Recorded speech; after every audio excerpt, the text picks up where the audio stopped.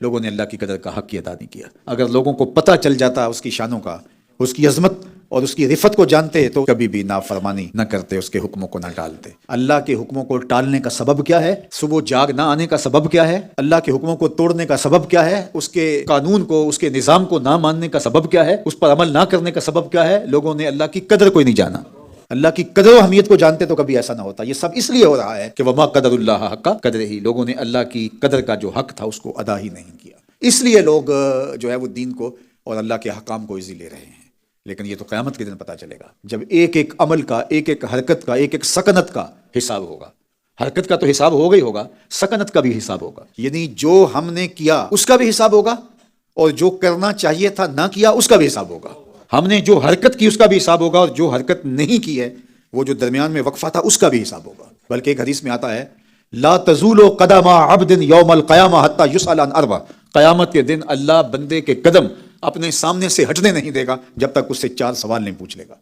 اسے 4 سوالوں کا جواب دینا پڑے گا۔ عن عمرہ فیما افناہ وعن شبابہ فیما ابلاہ، اس کی عمر کے بارے میں پوچھے گا، کہاں گزارے کیا ہے زندگی۔ اللہ اکبر۔ وہ تو ایک شاعر نے کہا تھا قبر کے منظر کو کہ کونڈ چک کے پوچھنا پھر سائیاں راتاں پچھلیاں کتنے گزاریاں نہیں۔ وہ تو پوچھے گا اللہ، ایک ایک لمحہ پوچھے گا۔ عن عمرہ فیما افناہ، عمر کہاں گزاری، کہاں برباد کی عمر۔ اچھا، عمر میں بچپن بھی ہے، جوانی بھی ہے، بڑھاپا بھی ہے، لیکن الگ سوال ہوگا۔ دوسرا سوال عن شبابہ فیما ابلاہ، اچھا جوانی کہاں گزاری۔ عمر کے اندر جوانی آتی ہے، لیکن جوانی کا ایک الگ سے سوال ہوگا، اس لیے کہ زندگی کا نقطۂ کمال جوانی ہوتی ہے۔ آوارگی میں تو نہیں گزاری، مجنوں تو نہیں بن کے گزاری، چوکوں اور چوراہوں کے اندر نظر کی بدکاریاں تو نہیں کی، تم نے اپنی خواہشات کی غلامی تو نہیں کی۔ تیری جوانی کی ضرورت تو محمد عربی کے دین کو تھی، تو نے جوانی کہاں کاٹ دی، کہاں گزار دی۔ عن شبابہ فیما ابلاہ، دوسرا سوال اللہ پوچھے گا جوانی کے بارے میں، کہاں گزاری۔ تیسرا سوال مال کے بارے میں اللہ پوچھے گا، کمایا کہاں سے اور خرچ کہاں کیا۔ صرف کمانے کے بارے نہیں ہے، کچھ لوگ کہتے ہیں کہ ٹھیک ہے ہم حلال کما رہے ہیں، لیکن خرچ کریں وہ ہماری مرضی ہے، ہم اپنے مال سے خرچ کر رہے ہیں۔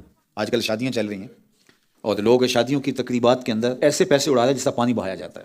کچھ لوگوں کی تقریبات تو 15 دن ختم ہی نہیں ہوتی، اور جو مزید اس سے آگے کا طبقہ ہے وہ مہینہ مہینہ شادی کی تقریبات کو لے کے چل رہا ہوتا ہے۔ آج قوالی نائٹ ہے، آج فلاں ہے، بلکہ وہ ایک دن محفل میلاد بھی کروا لیتے ہیں، سمجھتے ہیں چلو اللہ کو بھی راضی کر لیں۔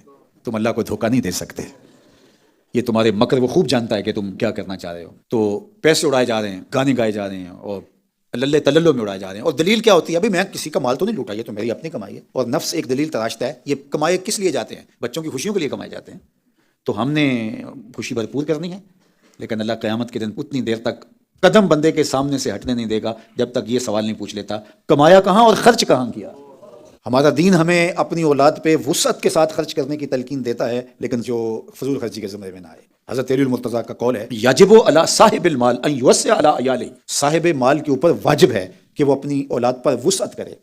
یہ نہیں ہے کہ وہ مالدار ہے تو اولاد کو کچھ دے ہی نہ، وسعت کرے، ان کو دے سکتا ہے ضرورت کے مطابق۔ لیکن یہ ہر بندہ سمجھتا ہے وسعت کیا ہے اور عیاشی کیا ہے، اس فرق کو ہر بندہ سمجھتا ہے، کسی کو مخفی نہیں ہے۔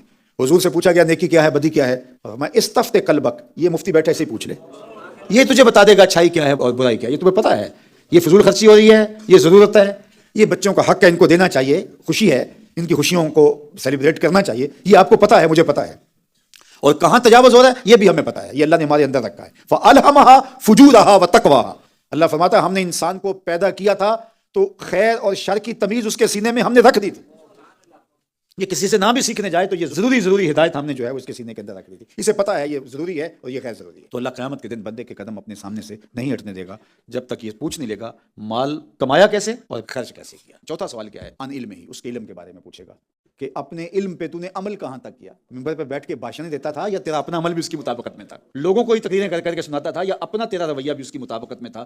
تیری خلوت اور جلوت بھی اس کے مطابق تھی؟ یہ اللہ تعالیٰ جب تک پوچھ نہیں لے گا اتنی دیر تک بندے کے قدم سامنے سے نہیں ہٹنے دے۔ اب ظاہر ہے جتنا علم آپ کے پاس ہے اور آپ کا جو بھی دائرہ ہے تو آپ سے اللہ پوچھے گا، اور جو میرے پاس ہے اگر 2 لفظ زیادہ میں نے پڑھ لی ہیں تو میرے سے سوال زیادہ ہوگا، اور جو اس سے بڑے ہیں اور اونچی مسندوں پہ بیٹھے ہیں تو ان سے بھی سوال ہوگا۔ یہ مجھے اور آپ کو اس کی تیاری کرنی ہے، اسی لیے جو ہم کہہ رہے ہوتے ہیں اس کے اندر اثر اتر ہی نہیں سکتا جب تک ہمارا عمل اس کی مطابقت میں نہ ہو۔ ہواؤں میں اڑتی ہوئی تتلیوں کی طرح لفظ رنگ تو جماتے ہیں لیکن سینے میں ترازو نہیں ہوتے اگر میرا اور آپ کا کہا ہوا جو ہے اس کے پیچھے ہمارا عمل اس کی مطابقت میں نہ ہو۔ تو یہ اللہ نے پوچھنا ہے، اللہ ہمیں اس کی تیاری کی توفیق عطا فرمائے۔